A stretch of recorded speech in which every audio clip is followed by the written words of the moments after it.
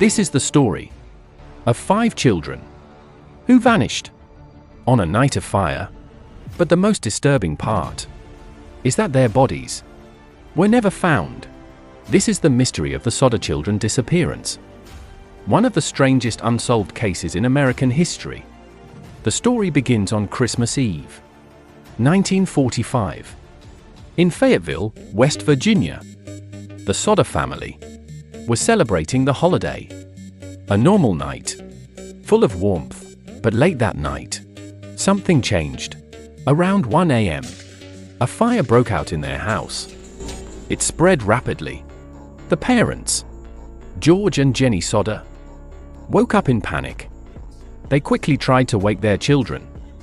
Some of them escaped, but 5 children were still inside. The fire grew stronger, blocking all escape routes. George tried to reach them, but the flames were too intense. He ran outside, hoping to use his truck to climb to the upper floor. But strangely, both of his trucks refused to start. At the same time, the phone line was not working. They couldn't call for help. Neighbors saw the fire and tried to contact the fire department, but it took hours for firefighters to arrive. By the time they came, the house was completely destroyed. Everything burned to ashes. The officials concluded that the 5 children had died in the fire, but something didn't make sense. No remains were found. No bones. No evidence. Nothing.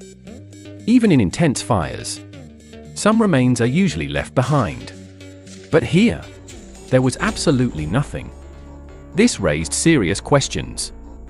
And then, more strange things started coming out.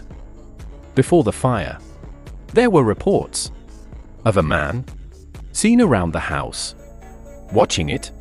Another witness claimed that the house's electrical system had been tampered with. On the night of the fire, Jenny Sodder received a strange phone call from a woman she didn't recognize. In the background, she could hear laughter, but the caller never explained anything. After the fire, multiple people claimed they had seen the children alive in different locations. One woman said she saw them in a car late at night. Another claimed she saw them at a hotel. Days later, a photograph arrived in the mail. It showed a boy who looked exactly like one of the missing children, along with a message suggesting he was still alive. The Sodder family refused to believe their children had died. They believed they had been taken. But why? And by whom? No one knew. Some theories suggest the fire was not an accident. It was planned. A cover-up to hide a kidnapping. Others believe it was connected to George Sodder's outspoken views, which may have made him enemies. But none of these theories were ever proven. Years passed, but the mystery remained. No confirmed answer. No closure? Just questions. What really happened on that Christmas night? Did the children die in the fire, or were they taken before it even started? Because sometimes the most tragic events hide something deeper, something we fail to see. And sometimes the truth burns away, leaving behind nothing but mystery.